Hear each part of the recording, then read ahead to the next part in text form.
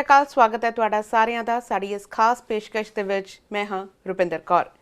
बीते हफ्ते असी एक मुद्दे की शुरुआत की थी, आखिर कौन है जिम्मेवार, जो आधारित सी एक न्यूज़ आर्टिकल ते कि दिन ब दिन इंटरनेशनल स्टूडेंट्स सैक्स ट्रैफिकिंग विच फसदियां जा रही ने। बीते हफ्ते असी यह जानने की कोशिश की थी कि आखिर कौन है जिम्मेवार, कि वो इंटरनेशनल स्टूडेंट्स या फिर उन्होंने वरगलाउण वाले लोग। इसते सवाल कई खड़े होंदे ने पर जवाब घट ने। ऐसे संबंधी असी एक डिस्कशन की शुरुआत तो की है, पर ऐसे मुद्दे नूं अगे वधाउंदिआं अज असी जानना चाहांगे कि साडे व्यूअर्स ने की विचार की सवाल साडे नाल सांझे कीते ने ते इस नूं एड्रैस करन लई साडे नाल स्टूडियो विच खास तौर ते मौजूद ने Toronto based Elspeth Heyward centre for women दी एग्जीक्यूटिव डायरैक्टर सुंदर सिंह। सत श्री अकाल जी, स्वागत है। सत श्री अकाल रुपिंदर। जिवें असी बीते हफ्ते एक मुद्दे की शुरुआत की थी कि आखिर कौन है जिम्मेवार, which is based on a news article जो असी काफ़ी न्यूज़पेपर्स विच देखा कि उन्होंने एक न्यूज़ प्रिंट की है कि इंटरनेशनल स्टूडेंट्स दिन ब दिन सैक्स ट्रैफिकिंग का शिकार हो रहे हैं। हाँ जी, इसने एक सवाल खड़े कर देते हैं कि आखिर क्यों हो रहा है, की कारण बन रहे हैं। असी जिमें बीते हफ्ते डिस्कशन की थी कि फाइनैंशियल क्राइसिस हो जाता है, अलग अलग तरह के प्रैशर हो जाते हैं, या फिर कुड़ियाँ अपनी पर्सनल इन्फॉर्मेशन शेयर कर देंदी हैं जिस तो बाद उन्होंने यूज़ किया जाता है। ऐसे संबंधी साढ़े कुछ व्यूअर्स ने, असी अपनी डिस्कशन तो जारी रखांगे ही, पर सब तो पहला एक मैसेज प्ले करते हैं ਜਿਹੜੇ साढ़े व्यूअर्स ने रिकॉर्डिड ऑडियो मैसेज सानू भेजे ने। सब तो पहला एक मैसेज सुनते हैं, फिर असी इस डिस्कशन नू अगे बतावांगे। ਜ਼ਰੂਰ। इस टॉपिक के उत्ते मेरा क्वेश्चन ये है कि ਜਦੋਂ भी कोई इंडिया ਦੇ ਵਿੱਚ स्टूडेंट ਬਾਹਰ ਜਾਣ ਬਾਰੇ ਸੋਚਦਾ ਹੈ, ਉਹ ਆਪਣੇ ਘਰਦਿਆਂ ਨਾਲ ਗੱਲ ਕਰਦਾ, ਆਇਲਸ ਕਰਦਾ, ਬੈਂਡ ਲੈਂਦਾ, ਉਸ ਤੋਂ ਬਾਅਦ ਫੰਡਿੰਗ ਇਕੱਠੀ ਕਰਦਾ ਕਿ ਉਹਨਾਂ ਨੂੰ ਇਹਨਾਂ ਬਾਰੇ ਇਸ ਬਾਰੇ ਜਾਣਕਾਰੀ ਪੂਰੀ ਹੁੰਦੀ ਆ ਕਿ ਜਦੋਂ ਅਸੀਂ ਕੈਨੇਡਾ ਦੇ ਵਿੱਚ ਜਾਣਾ ਸਾਨੂੰ ਉੱਥੋਂ ਦੇ ਸਭ ਤੋਂ ਪਹਿਲਾਂ ਪਹਿਲ ਦੇ ਆਧਾਰ ਦੇ ਉੱਤੇ ਕਿਹੜੀਆਂ ਚੀਜ਼ਾਂ ਦੀ ਲੋੜ ਆ। ਉਹ ਇੱਥੇ ਆਉਂਦੇ ਆ, ਉਹਨਾਂ ਨੂੰ ਕੁਛ ਨਹੀਂ ਪਤਾ ਹੁੰਦਾ, ਕੋਈ ਇੱਥੇ ਫਰੈਂਡ ਸਰਕਲ ਨਹੀਂ ਹੁੰਦਾ, ਕੋਈ ਉਹਨਾਂ ਨੂੰ ਬੇਸਮੈਂਟ ਲੱਭਣ ਦਾ ਨਹੀਂ ਪਤਾ ਹੁੰਦਾ, ਤਾਂ ਉਹਨਾਂ ਮੂਹਰੇ ਇਹ ਬਹੁਤ ਵੱਡੀਆਂ ਪ੍ਰੋਬਲਮਸ ਆਉਂਦੀਆਂ। ਇਹਨਾਂ ਪ੍ਰੋਬਲਮਸ ਨੂੰ ਸੋਲਵ ਕਰਨ ਲਈ ਉਹਨਾਂ ਨੂੰ ਇੱਥੇ ਅਵੇਅਰਨੈਸ ਨਹੀਂ ਹੁੰਦੀ, ਉਹ ਤਾਂ ਕਰਕੇ ਗਲਤ ਰਾਹ 'ਤੇ ਪੈ ਜਾਂਦੇ ਆ।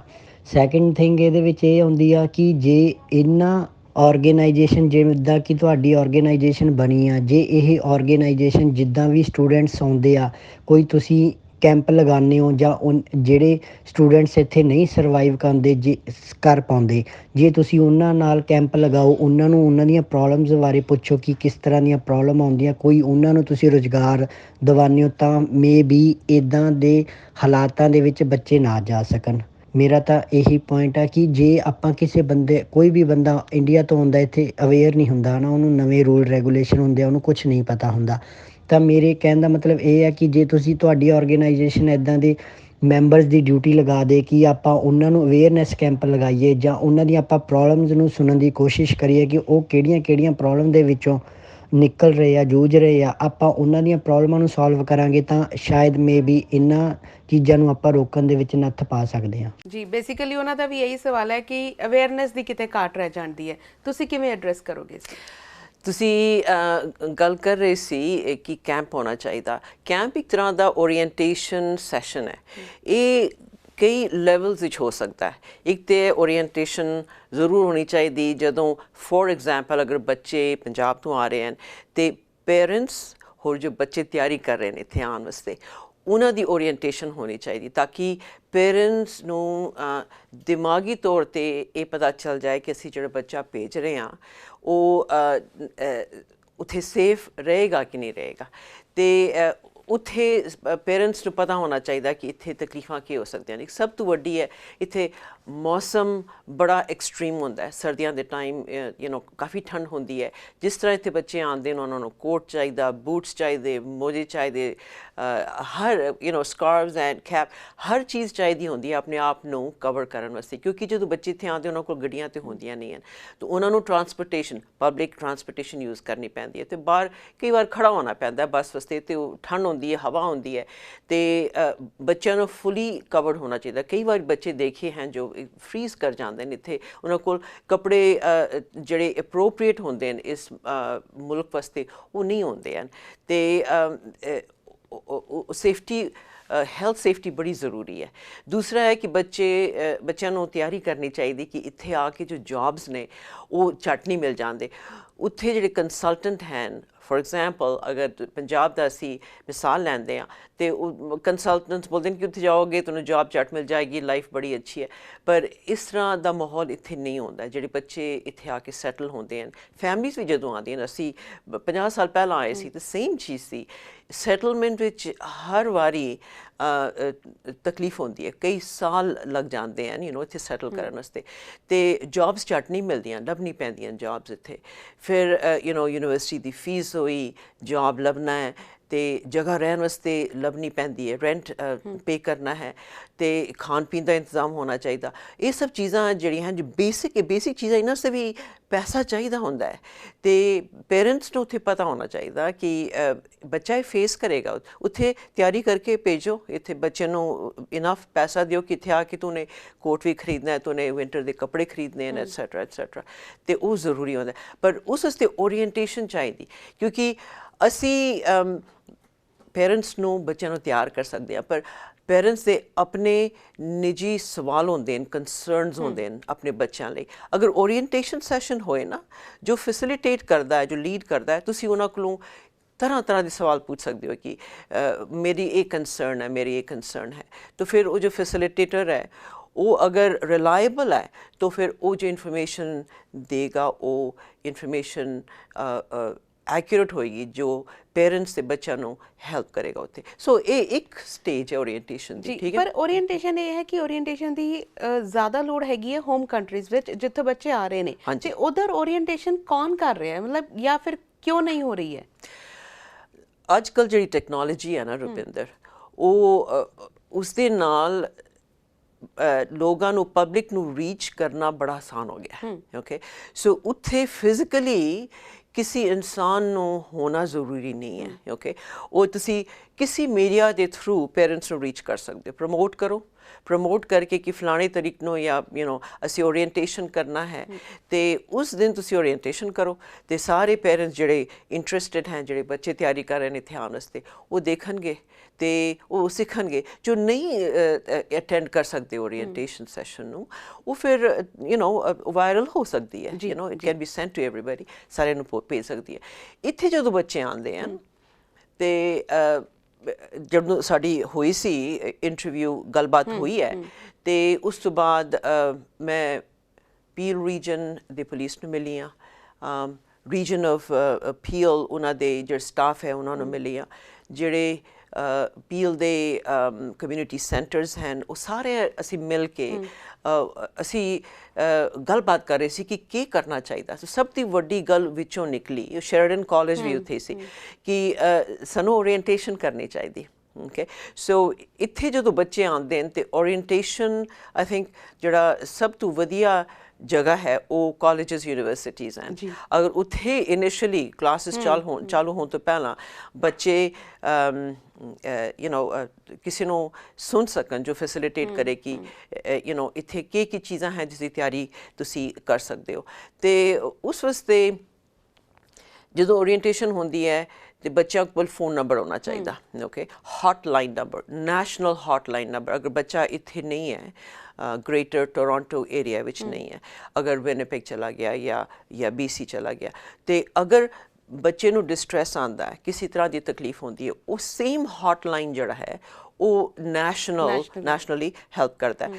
तो अगर कोई बच्चा डिटेक्ट कर रहा है कि कोई लड़की फंस गई है या फंस रही है ह्यूमन ट्रैफिकिंग विच, पर वो अपनी डिसीजन नहीं लै पा रही, हो सकता है डिसीजन इस करके नहीं लै पा रही क्योंकि वो समझती है कि मैनू इस लड़के नाल प्यार हो गया, पर वो लड़का उसे फसाने की कोशिश कर रहा है। ओके, तो क्राइम स्टॉपर्स दी लाइन है, जिथे कोई कुड़ी, कोई इंसान, कोई कम्यूनिटी का मैंबर है जिसनों शक पे कि इत्थे बच्चा इस बच्ची नू तकलीफ हो रही है, उत्थे वो फोन कर सकते हैं। तो बोल सकते हैं कि इत्थे लड़की रहिंदी है, सानू शक पैंदा है।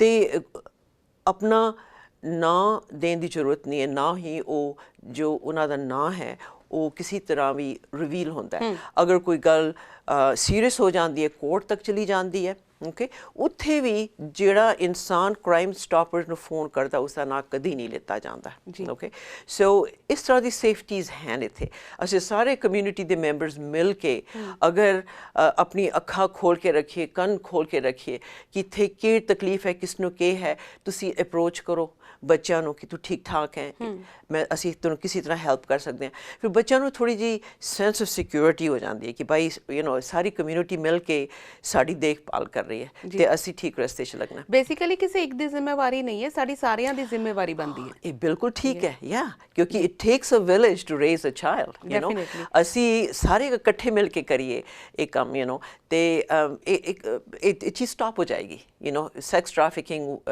ਇਹ ਹਿਸਟਰੀ ਬਣ ਜਾਏਗੀ ਸਾਨੂੰ ਫਿਰ ਹੋਪਫੁਲੀ ਇਸ ਦੇ ਬਾਰੇ ਗੱਲਬਾਤ ਕਰਨ ਦੀ ਜ਼ਰੂਰਤ ਨਹੀਂ ਪਏਗੀ ਜੀ ਬਿਲਕੁਲ ਇੱਕ ਦੋ ਮੈਸੇजेस ਹੋਰ ਸੁਣਨੇ ਆ ਦੇਖਦੇ ਆ ਕਿ ਸਾਡੇ ਵਿਊਅਰਸ ਦੇ ਕੀ ਸੁਝਾਅ ਨੇ ਜਾਂ ਫਿਰ ਕੀ ਸਵਾਲ ਨੇ ਠੀਕ ਹੈ ਸੁਣ ਕੇ ਬੜਾ ਦੁੱਖ ਹੁੰਦਾ ਵੀ ਪੰਜਾਬ ਤੋਂ ਆਈਆਂ ਹੋਈਆਂ ਸਟੂਡੈਂਟ ਕਿਸ ਤਰ੍ਹਾਂ ਇੱਥੇ ਗਲਤ ਕੰਮਾਂ ਵਿੱਚ ਪੈ ਜਾਂਦੀਆਂ ਆਖਰ ਇਹਦਾ ਜ਼ਿੰਮੇਵਾਰ ਕੌਣ ਆ ਮੇਰੇ ਹਿਸਾਬ ਦੇ ਨਾਲ ਕੁਛ ਹੱਦ ਤੱਕ ਇਹਨਾਂ ਕੁੜੀਆਂ ਦੇ ਪੇਰੈਂਟਸ ਵੀ ਨੇ ਜਿੱਦਾਂ ਆਪਾਂ ਕਹਿ ਸਕਦੇ ਹਾਂ ਵੀ ਉਹ ਬੂਟਾ ਲਾਉਂਦੇ ਸਾਰ ਹੀ ਫਲ ਦੀ ਇੱਛਾ ਕਰਨ ਲੱਗ ਜਾਂਦੇ ਆ ਤੇ ਮੇਰੇ ਹਿਸਾਬ ਦੇ ਨਾਲ ਹੱਲ ਆ ਜਿਹੜਾ ਇਹਦਾ ਉਹ ਇਹੀ ਹੋ ਸਕਦਾ ਵੀ ਜਿੱਦਾਂ ਇਜ਼ਰਾਈਲੀ ਭਾਈਚਾਰਾ ਨਾ ਜਿਹੜੇ ਇਜ਼ਰਾਈਲ ਦੇ ਲੋਕ ਨੇ ਉਹ ਜਿੱਥੇ ਵੀ ਕਿਤੇ ਜਾਂਦੇ ਆ ਜਿੱਥੇ ਵੀ ਕਿਤੇ ਕਿਸੇ ਵੀ ਕੰਟਰੀ ਵਿੱਚ ਰਹਿੰਦੇ ਆ ਨਾ ਉਹ ਆਪਣੇ ਸਾਰੇ ਭਾਈਚਾਰੇ ਦੇ ਨਾਲ ਮਿਲ ਕੇ ਰਹਿੰਦੇ ਆ ਤੇ ਉਹ ਸਾਰੇ ਦੀ ਸਾਰੀ ਕਮਿਊਨਿਟੀ ਇੱਕ ਹੋ ਕੇ ਚੱਲਦੀ ਆ ਤੇ ਇੱਕ ਦੂਜੇ ਦੇ ਨਾਲ ਮਿਲ ਕੇ ਪ੍ਰੋਪਰ ਇੱਕ ਦੂਜੇ ਦੇ ਮੋਢੇ ਨਾਲ ਮੋਢਾ ਲਾ ਕੇ ਚੱਲਦੇ ਆ ਆਪਣੇ ਇੰਨੇ ਲੋਕਾਂ ਦੇ ਬਿਜ਼ਨਸ ਨੇ ਉਹ ਪੰਜਾਬੀ ਮੁੰਡੇ ਕੁੜੀਆਂ ਨੂੰ ਹੀ ਰੱਖਣ ਕੰਮ ਤੇ ਉਹਨਾਂ ਨੂੰ ਪੈਸੇ ਵੀ ਪੂਰੇ ਦੇਣ ਉਹਨਾਂ ਨੇ ਇਹ ਨਾ ਸਮਝਣ ਵੀ ਤਾਂ ਸਟੂਡੈਂਟ ਆਇਆ ਵੀ ਚਲੋ ਆਪਾਂ ਇਹਨਾਂ ਨੂੰ ਘੱਟ ਦੇ ਦਿੰਦੇ ਪੈਸੇ ਤੇ ਕੰਮ ਇਹਨਾਂ ਤੋਂ ਜ਼ਿਆਦਾ ਲਈਏ ਦੂਸਰਾ ਜਿਹੜਾ ਲਾਲਚ ਆਪਣੇ ਅੰਦਰ ਵਧਿਆ ਹੋਇਆ ਹੈਗਾ ਵਾ ਵੀ ਅੱਜ ਹੀ ਮੇਰਾ ਮੁੰਡਾ ਜਾਂ ਕੁੜੀ ਮੇਰੀ ਕੈਨੇਡਾ ਚਲੀ ਗਈ ਆ ਤੇ ਅੱਜ ਹੀ ਉਹ ਮੈਨੂੰ ਹੁਣੇ ਪੈਸੇ ਉੱਥੇ ਕਮਾ ਕੇ ਭੇਜੇ ਇਹ ਲਾਲਚ ਵੀ ਆਪਣੇ ਅੰਦਰੋਂ ਦੂਰ ਕਰਨਾ ਪਊਗਾ ਜੀ ਬੇਸਿਕਲੀ ਜਿਵੇਂ ਅਸੀਂ ਮੈਂ ਪਿਛਲੇ ਹਫਤੇ ਵੀ ਗੱਲ ਕਰਦੇ ਆਏ ਸੀ ਕਿ ਇੱਕ ਪ੍ਰੈਸ਼ਰ ਉਹਨਾਂ ਤੇ ਪਾ ਦਿੱਤਾ ਜਾਂਦਾ ਕਿ ਤੁਸੀਂ ਹੁਣ ਉੱਥੇ ਹੀ ਸੈਟਲ ਹੋਣਾ ਤੇ ਤੁਸੀਂ you have to start sending money back home ਇਹ ਪ੍ਰੈਸ਼ਰ ਕਿਤੇ ਨਾ ਕਿਤੇ ਲੀਡ ਕਰਦਾ ਉਹਨਾਂ ਨੂੰ ਹਾਂਜੀ ਉਹ ਪੇਰੈਂਟਸ ਜੋ ਹੈ ਨਾ ਉਹ ਰੀਅਲਾਈਜ਼ ਨਹੀਂ ਕਰਦੇ ਜਦੋਂ ਇਸ ਤਰ੍ਹਾਂ ਦੀ ਕਮਿਊਨੀਕੇਸ਼ਨ ਕਰਦੇ ਹਨ ਬੱਚਿਆਂ ਦੇ ਉੱਪਰ ਬਹੁਤ ਵੱਡੀ ਇੱਕ ਜ਼ਿੰਮੇਵਾਰੀ ਪਾ ਦਿੰਦੇ ਹਨ ਤੇ ਅਗਰ ਬੱਚਿਆਂ ਨੂੰ ਇੱਥੇ ਭੇਜਿਆ ਜਾਏਗੀ ਤੂੰ ਪੜ੍ਹ ਲਿਖ ਕੇ ਤੂੰ ਸਿਆਣਾ ਬਣ ਜਾਓ ਪਰਮਾਨੈਂਟ ਰੈਜ਼ੀਡੈਂਟ ਸਟੇਟਸ ਤੇ ਮਿਲ ਜਾਏਗਾ ਓਕੇ ਤੇ ਵਿਲ ਜੁਆਇਨ ਯੂ ਮਗਰ ਸਭ ਤੋਂ ਪਹਿਲਾਂ ਤੂੰ ਪੜ੍ਹਾਈ ਕਰਨੀ ਹੈ ਸਭ ਤੋਂ ਪਹਿਲਾਂ ਤੂੰ ਆਪਣੇ ਆਪ ਨੂੰ ਬਿਲਡ ਕਰਨਾ ਹੈ ਜੋ ਪੜ੍ਹਾਈ ਹੁੰਦੀ ਹੈ ਨਾ ਉਹ ਸਭ ਤੋਂ ਵੱਡੀ ਇਨਵੈਸਟਮੈਂਟ ਹੁੰਦੀ ਹੈ ਕਿਉਂਕਿ ਜੋ ਉਹ ਇਨਵੈਸਟ ਕਰਦਾ ਹੈ 3 ਜਾਂ 4 ਸਾਲ ਵਾਸਤੇ ਮਿਹਨਤ ਕਰਕੇ ਉਸਦੀ ਜਿਹੜੇ ਰਿਟਰਨ ਹੁੰਦਾ ਹੈ ਨਾ ਉਹ ਸਾਰੀ ਉਮਰ ਲਈ ਮਿਲਦਾ ਰਹਿੰਦਾ ਓਕੇ ਸੋ ਬੱਚਿਆਂ ਨੂੰ ਅਗਰ ਇੱਥੇ ਭੇਜਦੇ ਹਨ ਤੇ ਬੱਚਿਆਂ ਦੀ ਜਿਹੜੀ ਇੰਟੈਲੈਕਚੁਅਲ ਤਰੱਕੀ ਵਾਸਤੇ ਪੇਰੈਂਟਸ ਨੂੰ ਇਨਕਰੇਜ ਕਰਨਾ ਚਾਹੀਦਾ ਮਗਰ ਜਦੋਂ ਬੱਚੇ ਪੇਰੈਂਟਸ ਬੋਲਦੇ ਹਨ ਕਿ ਤੁਸੀਂ ਪੈਸੇ ਸਾਨੂੰ ਭੇਜਣਾ ਚਾਲੂ ਕਰ ਦਿਓ ਜਦੋਂ ਇੱਥੇ ਬੱਚੇ ਨੂੰ ਇੰਪਲੋਇਮੈਂਟ ਨਹੀਂ ਮਿਲਦੀ ਹੈ ਜਾਂ ਐਕਸਪਲੋਇਟੇਸ਼ਨ ਹੁੰਦੀ ਹੈ ਇੰਪਲੋਇਰ ਦੇ ਨਾਲ ਤੇ ਪੈਸਾ ਹੱਥ ਆਉਂਦਾ ਨਹੀਂ ਹੈ ਇੱਥੇ ਦੇ ਖਰਚੇ ਆਪਣੇ ਹਨ ਤੇ ਪੈਸਾ ਬਚਾ ਕੇ ਇੰਡੀਆ ਭੇਜਣਾ ਉਹ ਬੱਚੇ ਦੇ ਉੱਪਰ ਇਤਨਾ ਪ੍ਰੈਸ਼ਰ ਪੈ ਜਾਂਦਾ ਖਾਸ ਕਰਕੇ ਕੋਵਿਡ ਦੇ ਟਾਈਮ ਇਸ ਤਰ੍ਹਾਂ ਹੋਇਆ ਜਦੋਂ ਬੱਚੇ ਕੰਮ ਕਰਦੇ ਹੋਏ ਉਹਨਾਂ ਦੇ ਕੰਮ ਛੁੱਟ ਗਏ ਓਕੇ ਪੈਸਾ ਹੈ ਨਹੀਂ ਹੈ ਇੰਡੀਆ ਵਿੱਚ ਐਕਸਪੈਕਟ ਕਰਦੇ ਹਨ ਕਿ ਬੱਚੇ ਪੈਸਾ ਭੇਜਣਗੇ ਤੇ ਉਹ ਬੱਚਾ ਇਤਨਾ ਪ੍ਰੈਸ਼ਰ ਵਿੱਚ ਪੈ ਜਾਂਦਾ ਫਿਰ ਤਾਂ ਉਹਨਾਂ ਬੱਚੇ ਨੂੰ ਗਲਤ ਖਿਆਲ ਆਉਣੇ ਚਾਲੂ ਹੋ ਜਾਂਦੇ ਨੇ ਕਿ ਇਹ ਕੀ ਜ਼ਿੰਦਗੀ ਹੈ ਜ਼ਿੰਦਗੀ ਸਾਰੇ ਟਾਈਮ ਪੈਸੇ ਦੇ ਪਿੱਛੇ ਦੌੜਨਾ ਬਈ ਮੇਰੀ ਮੈਸੇਜ ਸਾਰੇ ਲਈ ਇਹ ਹੈ ਕਿ ਜਿਹੜੀ ਕੁਆਲਿਟੀ ਆਫ ਲਾਈਫ ਹੈ ਨਾ ਉਹ ਸਭ ਤੋਂ ਜ਼ਿਆਦਾ ਜ਼ਰੂਰੀ ਹੈ ਫੈਮਿਲੀ ਨੂੰ ਇੱਕ ਕਰਕੇ ਰੱਖਣਾ ਬੱਚਿਆਂ ਨੂੰ ਇੱਕ ਤਰ੍ਹਾਂ ਦਾ ਸਕੂਨ ਦੇਣਾ ਕਿ ਤੇਰੇ ਕੋਲ ਟਾਈਮ ਹੈ ਹੁਣੇ ਤੂੰ ਆਪਣੇ ਆਪ ਨੂੰ ਇੰਟੈਲੈਕਚੁਅਲੀ ਵਧਾ ਪੜ੍ਹਾਈ ਕਰ ਤੈਨੂੰ ਓਪਰਚੁਨਿਟੀ ਮਿਲੀ ਹੈ ਇੱਕ ਨਵੇਂ ਮੁਲਕ ਵਿੱਚ ਆ ਕੇ ਤੂੰ ਇੱਥੇ ਵਸਣਾ ਹੈ ਓਕੇ ਉਹ ਚੀਜ਼ ਸਖਤ ਜ਼ਰੂਰੀ ਹੈ ਪੈਸੇ ਦੇ ਪਿੱਛੇ ਦੌੜਨ ਨਾਲ ਪ੍ਰੋਬਲਮ ਇਹ ਆ ਜਾਂਦੀ ਹੈ ਕਿ ਇੱਕ ਦਿਮਾਗੀ ਸਟ੍ਰੈਸ ਹੋ ਜਾਂਦਾ ਹੈ ਸਾਰੀ ਫੈਮਿਲੀ ਨੂੰ ਨਹੀਂ ਖਾਲੀ ਮਗਰ ਬੱਚੇ ਦੇ ਉੱਪਰ ਵੀ ਪੈਂਦਾ ਹੈ ਤੇ ਉਹ ਫਿਰ ਉਸਦਾ ਖਤਰਾ ਬੜਾ ਹੁੰਦਾ ਹੈ ਬਹੁਤ ਖਤਰਾ ਹੈ ਕਿਉਂਕਿ ਬੱਚਾ ਡਿਪਰੈਸ਼ਨ ਵਿੱਚ ਚਲਾ ਜਾਂਦਾ ਹੈ ਬੱਚਾ ਡਿਸਟ੍ਰੈਸਡ ਫੀਲ ਕਰਦਾ ਹੈ ਮੈਂਟਲ ਪ੍ਰੋਬਲਮਸ ਆ ਜਾਂਦੀਆਂ ਉਹ ਹੌਲੀ ਉਹ ਵਧੀਆਂ ਰਹਿੰਦੀਆਂ ਉਹ ਫਿਰ ਬੱਚੇ ਦੇ ਉੱਪਰ ਦਿਮਾਗੀ ਅਸਰ ਕਰਦੀ ਹੈ ਜੀ ਤੇ ਇਸ ਚੀਜ਼ ਪੇਰੈਂਟਸ ਨੂੰ ਜਾਣਨਾ ਬੜਾ ਜ਼ਰੂਰੀ ਹੈ। ਅਗੇਨ ਮੈਂ ਉਸੇ ਗੱਲ 'ਤੇ ਵਾਪਸ ਆਵਾਂਗੀ ਰੁਪਿੰਦਰ, ਕਿ ਜਿਹੜੀ ਓਰੀਐਂਟੇਸ਼ਨ ਹੁੰਦੀ ਹੈ, ਜੋ ਰਿਲਾਇਬਲ ਇਨਸਾਨ ਓਰੀਐਂਟੇਸ਼ਨ ਦੇ ਸਕੇ, ਉਹ ਸਭ ਤੋਂ ਜ਼ਿਆਦਾ ਜ਼ਰੂਰੀ ਹੈ। ਹਰ ਕਿਸੇ ਨੂੰ ਜਾਣਕਾਰੀ, ਅਗਰ ਤੁਸੀਂ ਮੈਂਟਲੀ ਪ੍ਰੀਪੇਅਰਡ ਹੋ ਨਾ ਕਿ ਹਾਂ ਸਟ੍ਰੈਸ ਆਉਣ ਵਾਲਾ ਹੈ, ਹਾਂ ਸਾਨੂੰ ਤਕਲੀਫਾਂ ਆਉਣਗੀਆਂ, 2-3 ਸਾਲ ਅਸੀਂ ਬਹੁਤ ਤਕਲੀਫਾਂ ਵਿੱਚ ਜਾਵਾਂਗੇ, ਤੇ ਫਿਰ ਕੀ ਹੁੰਦਾ ਕਿ ਤੁਸੀਂ ਮੈਂਟਲੀ ਪ੍ਰੀਪੇਅਰਡ ਹੁੰਦੇ ਹੋ, ਅਤੇ ਉਹ ਸਾਨੂੰ ਪਤਾ ਹੈ ਕਿ 2-3 ਸਾਲ ਤਾਂ ਐਵੇਂ ਨਿਕਲ ਜਾਣਗੇ, ਪਤਾ ਵੀ ਨਹੀਂ ਚੱਲੇਗਾ। ਓਕੇ, ਪਰ ਅਚਾਨਕ ਜਦ ਕੋਈ ਚੀਜ਼ ਪ੍ਰੋਬਲਮ ਸਾਡੇ ਅੱਗੇ ਖੜੀ ਹੋ ਜਾਂਦੀ ਹੈ, ਫਿਰ ਅਸੀਂ ਘਬਰਾ ਜਾਂਦੇ ਹਾਂ। ਉਹ ਨਹੀਂ ਹੋਣਾ ਚਾਹੀਦਾ। ਪਰ ਮੇਰੇ ਕੋਲ ਜੋ 2 ਨੰਬਰ ਹੈ ਜਿਸ ਦੇ ਬਾਰੇ ਮੈਂ ਗੱਲ ਕੀਤੀ ਹੈ, ਜਿੱਥੇ ਬੱਚੇ ਫ਼ੋਨ ਕਰ ਸਕਦੇ ਹਨ, ਤੁਸੀਂ ਕਮਿਊਨਿਟੀ ਦੇ ਮੈਂਬਰਸ ਸਾਰੇ ਜਿੱਥੇ ਤੁਹਾਨੂੰ ਖਤਰਾ ਨਜ਼ਰ ਆਏ ਤੁਸੀਂ ਫ਼ੋਨ ਕਰ ਸਕਦੇ ਹੋ। ਬੱਚਿਆਂ ਲਈ ਜੇ ਅਗਰ ਡਿਸਟਰੈਸ ਫੀਲ ਕਰਨ ਤਾਂ ਉਹ ਇੱਕ ਨੈਸ਼ਨਲ ਹੌਟਲਾਈਨ ਨੂੰ ਫ਼ੋਨ ਕਰ ਸਕਦੇ ਹਨ, ਜਿੱਥੇ ਹੋਣ ਬੱਚੇ, ਟੋਰਾਂਟੋ ਵਿੱਚ ਹਨ, BC ਵਿੱਚ ਹਨ, ਕਿਸੇ ਜਗ੍ਹਾ 'ਤੇ ਕੈਨੇਡਾ ਵਿੱਚ। ਅਤੇ ਇਹ ਨੰਬਰ ਹੈ 1833 900 1010 1833 900 1010। जो दूसरा जो क्राइम स्टॉपर्स का नंबर है, जो शक पे कि कोई बच्ची फंसती जा रही है, या शक पे कि कोई बंदा गलत काम कर रहा है, बच्चों का फायदा उठाने वास्ते, तो क्राइम स्टॉपर्स का नंबर है, 1800 222 8477 या 1-800-222-TIPS, TIPS. TIPS is 8477. Okay, ਇੱਥੇ ਤੁਸੀਂ ਫ਼ੋਨ ਕਰ ਸਕਦੇ ਹੋ। ਤੁਹਾਡਾ ਨਾਂ ਨਹੀਂ ਲਿੱਤਾ ਜਾਏਗਾ, ਨਾਂ ਪੁੱਛਦੇ ਵੀ ਨਹੀਂ ਹਨ। ਓਕੇ, ਅਤੇ ਤੁਹਾਡਾ ਨਾਂ ਸ਼ੋ ਅਪ ਹੀ ਨਹੀਂ ਕਰੇਗਾ। ਅਤੇ ਅਗਰ ਕੋਈ ਕ੍ਰਾਈਮ ਹੋਏ ਜੋ ਕੋਰਟ ਤੱਕ ਜਾ ਸਕਦੀ ਹੈ, ਤੁਹਾਡਾ ਨਾਂ ਕਦੀ ਨਹੀਂ ਆਏਗਾ, ਕੋਰਟ 'ਤੇ ਵੀ ਨਹੀਂ ਆ ਸਕਦਾ। ਇਸ ਕਰਕੇ ਇਸ ਗੱਲ ਨੂੰ ਰਿਪੋਰਟ ਕਰਨ ਵਾਸਤੇ ਤੁਸੀਂ ਡਰੋ ਨਹੀਂ। ਓਕੇ, ਕ੍ਰਾਈਮ ਸਟਾਪਰਸ ਨੂੰ ਝੱਟ ਫੋਨ ਕਰੋ। ਤੁਸੀਂ ਐਡਰੈਸ ਦੇ ਸਕਦੇ ਹੋ ਬੰਦੇ ਦਾ ਕਿ ਇੱਥੇ ਇਹ ਬੰਦਾ ਰਹਿੰਦਾ। ਉਸ ਦੇ ਨਾਲ ਪੁਲਿਸ ਨੂੰ ਬੜੀ ਆਸਾਨੀ ਹੋ ਜਾਂਦੀ ਹੈ। ਉਹ ਜੋ ਪ੍ਰੋਸੈਸ ਹੈ ਉਹ ਚਾਲੂ ਕਰਨ ਦੀ। ਹੋਰ ਜਿਹੜੇ ਬੰਦੇ ਇਹ ਗਲਤ ਕੰਮ ਕਰ ਰਹੇ ਹਨ, ਕੁੜੀਆਂ ਨੂੰ ਫਸਾ ਰਹੇ ਹਨ, ਉਹਨਾਂ ਨੂੰ ਪਕੜਿਆ ਜਾ ਸਕਦਾ ਹੈ। ਜੀ, ਸਾਡੇ ਵਿਊਅਰਸ ਦੇ ਹਜੇ ਕੁਝ ਸਵਾਲ ਤੇ ਕੰਸਰਨ ਹੋਰ ਵੀ ਨੇ, ਪਰ ਫਿਲਹਾਲ ਸਮਾਂ ਇੱਕ ਛੋਟੀ ਜਿਹੀ ਬ੍ਰੇਕ ਦਾ। ਜਲਦ ਹਾਜ਼ਰ ਹੋਣੇ ਇੱਕ ਛੋਟੀ ਜਿਹੀ ਬ੍ਰੇਕ ਤੋਂ ਬਾਅਦ, ਤੇ ਇਸੇ ਤਰ੍ਹਾਂ ਸਾਡੇ ਵਿਊਅਰਸ ਵੱਲੋਂ ਭੇਜੇ ਗਏ ਸੁਝਾਅ ਤੇ ਕੁਐਸਚਨਸ ਜਾਰੀ ਰੱਖਾਂਗੇ।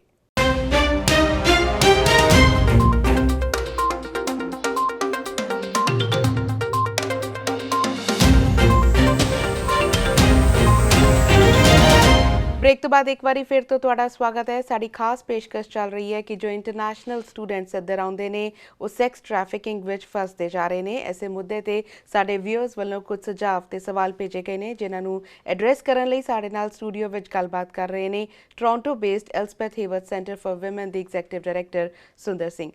ਜਿਵੇਂ ਅਸੀਂ ਗੱਲਬਾਤ ਕਰ ਰਹੇ ਹਾਂ ਕਿ ਕਿਉਂ ਇਹ ਹੁੰਦਾ ਜਾ ਰਿਹਾ ਤੇ ਇਸ ਦਾ ਸੋਲੂਸ਼ਨ ਕੀ ਹੈਗਾ, ਸਾਡੇ ਹਜੇ ਹੋਰ ਵੀ ਕੁਝ ਵਿਊਅਰਸ ਨੇ ਸਾਨੂੰ ਸਵਾਲ ਤੇ ਕੰਸਰਨ ਭੇਜੇ ਨੇ। 2-3 ਮੈਸੇजेस ਲੈਣੇ, ਉਸ ਤੋਂ ਬਾਅਦ ਫਿਰ ਅਸੀਂ ਇਸ ਗੱਲਬਾਤ ਨੂੰ ਜਾਰੀ ਰੱਖਾਂਗੇ। ਜ਼ਰੂਰ।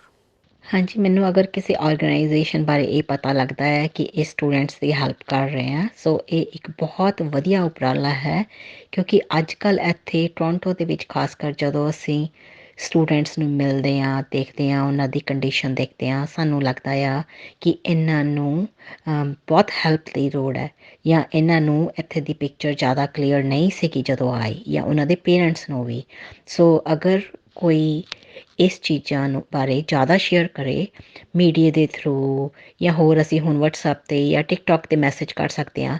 ਇਹਨਾਂ ਨੂੰ ਜ਼ਿਆਦਾ ਤੋਂ ਜ਼ਿਆਦਾ ਜਾਣਕਾਰੀ ਹੋਣੀ ਚਾਹੀਦੀ ਹੈ, ਇੱਥੇ ਵੀ ਬੱਚਿਆਂ ਨੂੰ ਅਤੇ ਇੱਥੇ ਦੇ ਉਹਨਾਂ ਦੇ ਪੇਰੈਂਟਸ ਨੂੰ ਵੀ। ਸੋ ਇਹ ਆਪਾਂ ਨੂੰ ਇੱਦਾਂ ਦੀਆਂ ਚੀਜ਼ਾਂ ਕਾਫੀ ਸ਼ੇਅਰ ਕਰਨੀਆਂ ਚਾਹੀਦੀਆਂ ਆ।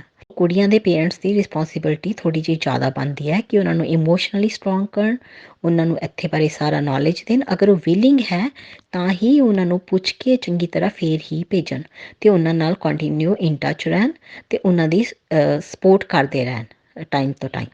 ਅਤੇ ਅਗਰ ਉਹਨਾਂ ਦੇ ਕੋਈ ਇੱਥੇ ਰਿਲੇਟਿਵਸ ਵੀ ਹੈਗੇ ਆ, ਸੋ ਇਹ ਚੀਜ਼ਾਂ ਵੀ ਪੂਰੀਆਂ ਕਲੀਅਰ ਹੋਣੀਆਂ ਚਾਹੀਦੀਆਂ ਐਕਸਪੈਕਟੇਸ਼ਨ, ਕਿ ਅਸੀਂ ਤੁਹਾਡੀ ਸਿਰਫ ਪਹਿਲਾਂ ਇਨੀਸ਼ੀਅਲੀ ਹੈਲਪ ਕਰਾਂਗੇ ਜਾਂ ਅਸੀਂ ਤੁਹਾਡੀ ਲੌਂਗ ਟਰਮ ਹੈਲਪ ਕਰਾਂਗੇ। ਅਗਰ ਲੌਂਗ ਟਰਮ ਹੈਲਪ ਹੈ ਤਾਂ ਬੱਚਿਆਂ ਨੂੰ ਵੀ ਫਾਈਨੈਂਸ਼ਲੀ ਵੀ ਥੋੜ੍ਹਾ ਕੰਪਨਸੇਟ ਕਰਨਾ ਚਾਹੀਦਾ ਆ। ਸੋ ਇੱਕ ਅਸੀਂ ਹੋਰ ਗੱਲ ਡਿਸਕਸ ਕਰਦੇ ਹੁੰਦੇ ਹਾਂ ਸਾਡੇ ਫਰੈਂਡਸ ਵੀ, ਕਿ ਜਿਹੜੇ ਤਾਂ ਬੱਚੇ 12ਵੀਂ ਗ੍ਰੇਡ ਤੋਂ ਬਾਅਦ ਆਉਂਦੇ ਆ, ਉਹਨਾਂ ਲਈ ਜ਼ਿਆਦਾ ਚੈਲੰਜਿੰਗ ਹੋ ਜਾਂਦਾ ਹੈ ਕਿਉਂਕਿ ਉਹ ਜਿਹੜੀ ਟੀਨੇਜਰ ਟਾਈਮ ਹੁੰਦੀ ਹੈ ਉਦੋਂ ਪੇਰੈਂਟਸ ਦੀ ਜ਼ਿਆਦਾ ਲੋੜ ਹੁੰਦੀ ਹੈ। ਅਗਰ ਮੈਚਿਓਰ ਹੋ ਕੇ ਡਿਗਰੀ ਕਰਕੇ ਆਉਂਦੇ ਆ, ਬੱਚਿਆਂ ਲਈ ਵੀ ਬੈਟਰ ਹੋਏਗਾ ਅਤੇ ਪੇਰੈਂਟਸ ਲਈ ਵੀ ਬੈਟਰ ਹੋਏਗਾ। ਸੋ ਅਸੀਂ ਇਹ ਸਾਰੀਆਂ ਚੀਜ਼ਾਂ ਦੇਖਦੇ ਹੋਏ ਅਗਰ ਕੋਈ ਵੀ ਉਹਨਾਂ ਦੀ ਬੱਚਿਆਂ ਦੀ ਹੈਲਪ ਕਰ ਸਕਦੇ ਹਾਂ, ਸੋ ਇਹ ਸਾਨੂੰ ਬਹੁਤ ਜ਼ਰੂਰੀ, ਸਾਡਾ ਫਰਜ਼ ਵੀ ਬਣਦਾ ਕਮਿਊਨਿਟੀ ਦੇ ਨਾਲ ਵੀ, ਕਿ ਆਪਾਂ ਉਹ ਬੱਚਿਆਂ ਦੀ ਵੀ ਹੈਲਪ ਕਰੀਏ, ਪੇਰੈਂਟਸ ਦੀ ਵੀ ਹੈਲਪ ਕਰੀਏ ਅਤੇ ਉਹਨਾਂ ਨੂੰ ਸਾਰੀ ਕਲੀਅਰ ਪਿਕਚਰ ਦਿਖਾਈਏ ਇੱਥੇ ਬਾਰੇ ਅਤੇ ਉੱਥੇ ਬਾਰੇ। ਥੈਂਕ ਯੂ ਜੀ।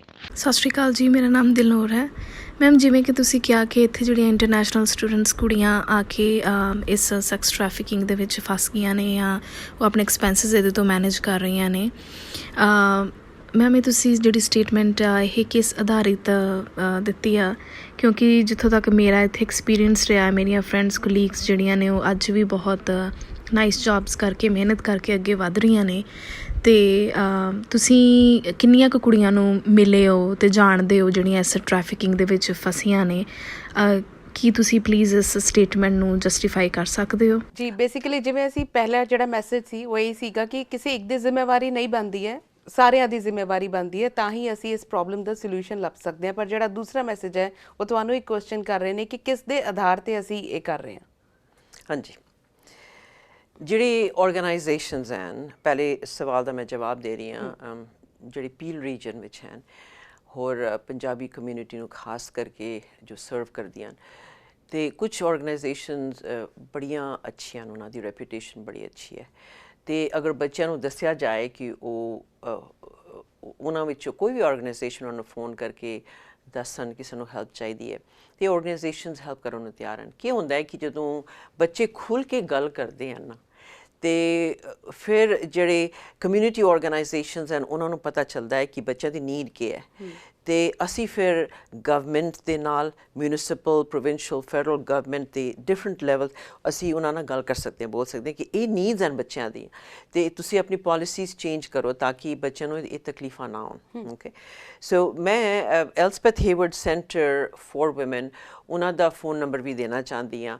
ਅਗਰ ਕੋਈ ਟੋਰਾਂਟੋ ਇਲਾਕੇ ਵਿੱਚ ਹੈ ਬੱਚਾ ਜਿਸ ਨੂੰ ਜ਼ਰੂਰਤ ਹੈ ਗੱਲ ਕਰਨ ਦੀ, ਉਹ ਫੋਨ ਕਰ ਸਕਦੇ ਹਨ 416-663-2978। ਮੈਨੂੰ ਫੋਨ ਕਰ ਸਕਦੇ ਹਨ, ਇਸੀ ਨੰਬਰ 'ਤੇ ਮੈਸੇਜ ਛੱਡ ਦਿਓ, ਅਗਰ ਮੈਂ ਬਿਜ਼ੀ ਹਾਂ ਮੈਂ ਤੁਹਾਨੂੰ ਫੋਨ ਕਰ ਸਕਦੀ ਹਾਂ। ਅਤੇ ਇਸੀ ਤਰ੍ਹਾਂ ਆਰਗੇਨਾਈਜੇਸ਼ਨਸ ਹੋਰ ਵੀ ਹਨ ਪੀਲ ਰੀਜਨ ਵਿੱਚ ਜੋ ਹੈਲਪ ਕਰਨ ਨੂੰ ਤਿਆਰ, ਜਿੱਥੇ ਬੱਚੇ ਹਨ, ਜਿੱਥੇ ਉਹਨਾਂ ਦੇ ਆਰਗੇਨਾਈਜੇਸ਼ਨਸ ਨਜ਼ਦੀਕ ਦੇ ਹਨ, ਦੇ ਕੈਨ ਅਪਰੋਚ ਦੈਮ। ਅਤੇ ਦੂਸਰਾ ਜਿਹੜਾ ਸਵਾਲ ਪੁੱਛਿਆ ਗਿਆ ਸੀ, ਉਸਦੀ ਕੰਸਰਨ ਇਹ ਸੀ ਕਿ ਜਿਹੜੇ ਬੱਚੇ ਆਉਂਦੇ ਹਨ ਗ੍ਰੇਡ 12 ਤੋਂ ਉੱਪਰ ਜਿਹੜੇ ਹਨ ਬੱਚੇ, ਉਹ ਟੀਨੇਜਰਸ ਹੁੰਦੇ ਹਨ, ਅਤੇ ਟੀਨੇਜਰਸ ਵਾਸਤੇ ਥੋੜ੍ਹੀ ਜਿਹੀ ਮੁਸ਼ਕਿਲ ਹੁੰਦੀ ਹੈ ਕਿਉਂਕਿ ਬੱਚੇ ਜੋ ਸਾਊਂਡ ਡਿਸੀਸ਼ਨਸ ਹਨ ਉਹ ਇਕੱਲੇ ਨਹੀਂ ਲੈ ਸਕਦੇ, ਉਹਨਾਂ ਨੂੰ ਗਾਈਡੈਂਸ ਦੀ ਜ਼ਰੂਰਤ ਹੁੰਦੀ ਹੈ।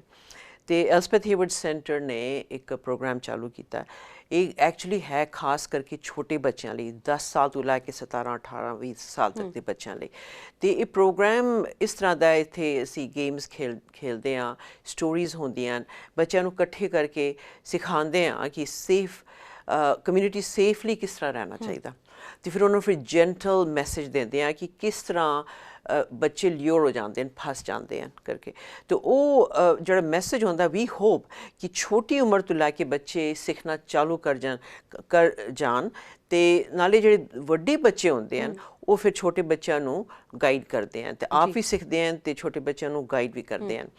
ਸੋ ਵਿਦ ਦ ਹੋਪ ਕਿ ਇਹ ਮੈਸੇਜ ਬਾਹਰ ਚਲਾ ਜਾਏ, ਹੌਲੀ ਹੌਲੀ ਚਲਾ ਜਾਏ।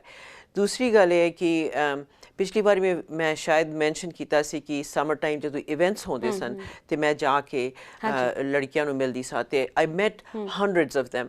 ਪਰ ਇਹ ਮੈਂ ਦੱਸ ਦੇਣਾ ਚਾਹੁੰਦੀ ਹਾਂ, ਇਹ ਤੁਹਾਡੇ ਤੀਸਰੇ ਸਵਾਲ ਦਾ ਜਵਾਬ ਹੈ ਕਿ ਜਿਹੜੇ ਕਿਤਨੇ ਸਟੂਡੈਂਟਸ ਹੈ ਜਿਨ੍ਹਾਂ ਨੂੰ ਅਸੀਂ ਮਿਲ ਚੁੱਕੇ ਹਾਂ ਜੋ ਹਿਊਮਨ ਟਰੈਫਿਕਿੰਗ ਵਿੱਚ ਫਸੀਆਂ ਹੋਈਆਂ, ਓਕੇ, ਉਹ ਬਹੁਤ ਥੋੜ੍ਹੀਆਂ ਹਨ।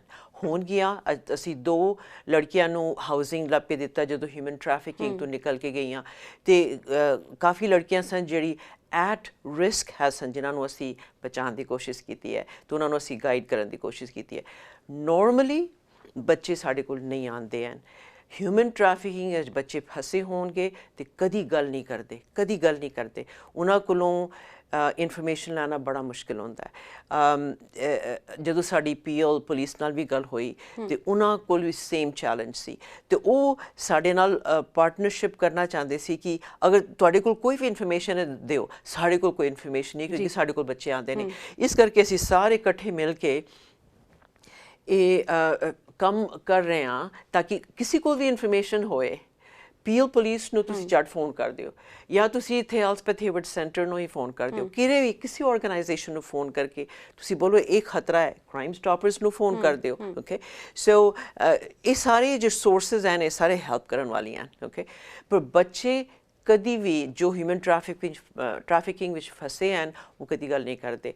ਪਰ ਜਦੋਂ ਇਹ ਇਨਫੋਰਮੇਸ਼ਨ ਅਸੀਂ ਕਮਿਊਨਿਟੀ 'ਚ ਇਸ ਕਰਕੇ ਲਿਆਂਦੀ ਕਿਉਂਕਿ ਜਿਹੜੇ ਦੂਸਰੇ ਬੱਚੇ ਹਨ ਉਹਨਾਂ ਨੇ ਸਾਨੂੰ ਇਨਫੋਰਮੇਸ਼ਨ ਦਿੱਤੀ ਹੈ, ਉਹਨਾਂ ਨੇ ਸਾਨੂੰ ਵਾਰਨਿੰਗ ਦਿੱਤੀ ਹੈ ਕਿ ਇੱਥੇ ਬਹੁਤ ਲੜਕੀਆਂ ਹਨ ਜੋ ਹਿਊਮਨ ਟ੍ਰੈਫਿਕਿੰਗ ਵਿੱਚ ਫਸ ਗਈਆਂ। ਉਹਨਾਂ ਨੇ ਸਾਨੂੰ ਰੀਜ਼ਨਸ ਦੱਸੇ ਹਨ ਕਿ ਕਿਉਂ ਫਸੀਆਂ ਇਸ ਕਰਕੇ ਹੈ ਕਿ ਉਹਨਾਂ ਨੂੰ ਫਾਈਨੈਂਸ਼ੀਅਲ ਟਰਬਲ ਹੈ। ਓਕੇ, ਉਹ ਬੋਲਦੇ ਹਨ ਕਿ ਠੀਕ ਹੈ ਅਸੀਂ ਅਗਰ ਥੋੜੀ ਜਿਹੀ ਸਰਵਿਸ ਦੇ ਦਈਏ 1 ਰਾਤ 2 ਰਾਤ 3 ਰਾਤ ਵਾਸਤੇ ਐਟਲੀਸਟ ਸਾਡੇ ਕੋਲ ਰੈਂਟ ਪੇ ਕਰਨ ਵਾਸਤੇ ਪੈਸਾ ਹੋਏਗਾ।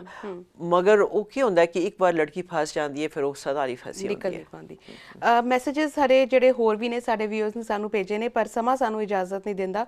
ਅਸੀਂ ਕੋਸ਼ਿਸ਼ ਕਰਾਂਗੇ ਕਿ ਇਸ ਪ੍ਰੋਗਰਾਮ ਦਾ ਇੱਕ 3rd ਪਾਰਟ ਕਰੀਏ ਤਾਂ ਜਿਸ ਦੇ ਵਿੱਚ ਅਸੀਂ ਉਹ ਸਾਰੇ ਮੈਸੇजेस ਇੰਕਲੂਡ ਕਰ ਸਕੀਏ। ਪਰ ਅਸੀਂ ਆਪਣੇ ਵਿਊਅਰਸ ਨੂੰ ਖਾਸ ਤੌਰ ਤੇ ਇਹ ਕਹਿਣਾ ਚਾਹਾਂਗੇ ਕਿ ਅਸੀਂ ਕਿਸੇ ਨੂੰ ਟਾਰਗੇਟ ਨਹੀਂ ਕਰ ਰਹੇ ਹਾਂ, ਅਸੀਂ ਇੱਕ ਜੋ ਪ੍ਰੋਬਲਮ ਹੈ ਜੋ ਸਾਹਮਣੇ ਆਈ ਹੈ ਉਸ ਦਾ ਇੱਕ ਸੋਲੂਸ਼ਨ ਲੱਭਣ ਦੀ ਕੋਸ਼ਿਸ਼ ਕਰ ਰਹੇ ਹਾਂ ਤੇ ਖਾਸ ਤੌਰ ਤੇ ਇੱਕ ਅਵੇਅਰਨੈਸ ਕਰਨਾ ਚਾਹੁੰਦੇ ਹਾਂ ਕਿ ਜੇ ਕੋਈ ਇਸ ਪ੍ਰੋਬਲਮ ਵਿੱਚ ਨੇ ਤਾਂ ਉਹ ਕੀ ਕਰ ਸਕਦੇ ਨੇ। ਜਾਂਦੇ ਜਾਂਦੇ ਅਖੀਰ ਵਿੱਚ ਤੁਸੀਂ ਥੋੜੇ ਸ਼ਬਦਾਂ ਵਿੱਚ ਵਿਊਅਰਸ ਨੂੰ ਕੀ ਕਹਿਣਾ ਚਾਹੋਗੇ? ਮੈਂ ਸਿਰਫ ਇਹ ਬੋਲਣਾ ਚਾਹੁੰਦੀ ਹਾਂ ਕਿ ਅਸੀਂ ਇੱਕ ਵਨ ਲਾਰਜ ਫੈਮਿਲੀ ਹਾਂ। ਓਕੇ, ਔਰ ਇਸ ਸੋਚ ਨੂੰ ਹਮੇਸ਼ਾ ਆਪਣੇ ਨਾਲ ਰੱਖੋ। We are one big family. Okay, ਜਦੋਂ ਕਿਸੇ ਵੀ ਮੈਂਬਰ ਨੂੰ ਤਕਲੀਫ ਹੁੰਦੀ ਹੈ ਨਾ ਤੇ ਅਗਰ ਸਾਰੇ ਮਿਲ ਕੇ ਇਕੱਠੇ ਉਸ ਮੈਂਬਰ ਦੀ ਪ੍ਰੋਬਲਮ ਨੂੰ ਸੋਲਵ ਕਰ ਦਈਏ ਤਾਂ ਉਸ ਮੈਂਬਰ ਨੂੰ ਕਦੀ ਨਹੀਂ ਲੱਗੇਗਾ ਕਿ ਮੇਰੀ ਤਕਲੀਫ ਇਤਨੀ ਵੱਡੀ ਹੈ। ਅਗਰ ਸਾਰਿਆਂ ਨੂੰ ਪਤਾ ਹੈ ਕਿ ਅਸੀਂ ਸਾਰੇ ਇਕੱਠੇ ਹਾਂ, ਇੱਕ ਦੂਸਰੇ ਨੂੰ ਹੈਲਪ ਕਰਨ ਨੂੰ ਝੱਟ ਤਿਆਰ ਹਾਂ ਤੇ ਸਾਨੂੰ ਇੱਕ ਸੈਂਸ ਆਫ ਸਿਕਿਉਰਿਟੀ ਮਿਲਦੀ ਹੈ ਕਿ ਭਾਈ ਅਸੀਂ ਜਿੱਥੇ ਹਾਂ ਇੱਥੇ ਹਰ ਤਰ੍ਹਾਂ ਦੀ ਸਪੋਰਟ ਹੈ। ਤੇ ਇਹ ਜੋ ਚੀਜ਼ ਹੈ ਗੁਰਦੁਆਰਿਆਂ ਤੋਂ ਚਾਲੂ ਹੁੰਦੀ ਹੈ ਕਿਉਂਕਿ ਗੁਰਦੁਆਰਾ ਜੋ ਹੈ ਇੱਕ ਸਪਿਰਿਚੁਅਲ ਸੈਂਟਰ ਖਾਲੀ ਨਹੀਂ ਹੈ, it's also a social centre. ਅਗਰ ਸੁਸਾਇਟੀ ਵਿੱਚ ਕੋਈ ਸੋਸ਼ਲ ਪ੍ਰੋਬਲਮ ਆ ਗਈ ਹੈ ਦੈਨ ਗੁਰਦੁਆਰਿਆਂ ਨੂੰ ਆਪਣੇ ਜੋ ਦਰਵਾਜ਼ੇ ਹਨ ਉਹ ਖੋਲ੍ਹ ਦੇਣੇ ਚਾਹੀਦੇ ਤਾਂ ਕਿ ਉੱਥੇ ਐਡਲਟਸ ਨੇ ਜੋ ਸੀਨੀਅਰਸ ਹਨ ਜੋ ਮੈਚਿਓਰ ਲੋਕ ਹਨ ਉਹ ਆ ਕੇ ਇੱਕ ਪ੍ਰੋਬਲਮ ਦਾ ਹੱਲ ਕਰਨ ਦੀ ਕੋਸ਼ਿਸ਼ ਕਰਨ। ਜਿੱਥੇ ਬੱਚਿਆਂ ਨੂੰ ਲਿਆਉਣ ਉੱਥੇ ਓਰੀਐਂਟੇਸ਼ਨ ਸੈਸ਼ਨ ਹੋ ਸਕਦਾ ਹੈ, ਉੱਥੇ ਬੱਚਿਆਂ ਨੂੰ ਸਪੋਰਟ ਮਿਲ ਸਕਦੀ ਹੈ। ਜੀ ਬਿਲਕੁਲ ਸਹੀ ਕਿਹਾ ਤੁਸੀਂ। ਜ਼ਿੰਮੇਵਾਰੀ ਕਿਸੇ ਇੱਕ ਦੀ ਨਹੀਂ ਹੈਗੀ, ਸਾਡੀ ਸਾਰਿਆਂ ਦੀ ਬਣਦੀ ਹੈ ਤਾਂ ਹੀ ਇਸ ਪ੍ਰੋਬਲਮ ਤੋਂ ਬਾਹਰ ਨਿਕਲਿਆ ਜਾ ਸਕਦਾ। ਥੈਂਕ ਯੂ ਸੋ ਮਚ ਤੁਸੀਂ ਸਾਡੇ ਸਟੂਡੀਓ ਵਿੱਚ ਆਏ ਤੇ ਇਸ ਇੰਪੋਰਟੈਂਟ ਇਸ਼ੂ ਬਾਰੇ ਸਾਡੇ ਨਾਲ ਗੱਲਬਾਤ ਕੀਤੀ। Thank you Rupinder. ਸੋ ਐਸੀ ਸਾਡੀ ਖਾਸ ਗੱਲਬਾਤ ਆਖਿਰ ਕੌਣ ਹੈ ਜ਼ਿੰਮੇਵਾਰ। ਉਮੀਦ ਕਰਦੇ ਹਾਂ ਸਾਡੀ ਇਹ ਖਾਸ ਗੱਲਬਾਤ ਤੁਹਾਨੂੰ ਪਸੰਦ ਆਈ ਹੋਵੇਗੀ। ਜੇ ਤੁਸੀਂ ਇਸ ਸੰਬੰਧੀ ਕੋਈ ਸੁਝਾਅ ਦੇਣਾ ਚਾਹੁੰਦੇ ਹੋ ਤਾਂ ਸਾਨੂੰ ਜ਼ਰੂਰ ਲਿਖ ਭੇਜੋ। ਸਾਡਾ ਈਮੇਲ ਆਈਡੀ ਹੈ feedback@ptcnetwork.com। ਮੁਲਾਕਾਤ ਹੋਏਗੀ ਅਗਲੇ ਹਫਤੇ ਇੱਕ ਹੋਰ ਨਵੇਂ ਮੁੱਦੇ ਦੇ ਨਾਲ। ਉਦੋਂ ਤੱਕ ਲਈ ਸਤਿ ਸ਼੍ਰੀ ਅਕਾਲ।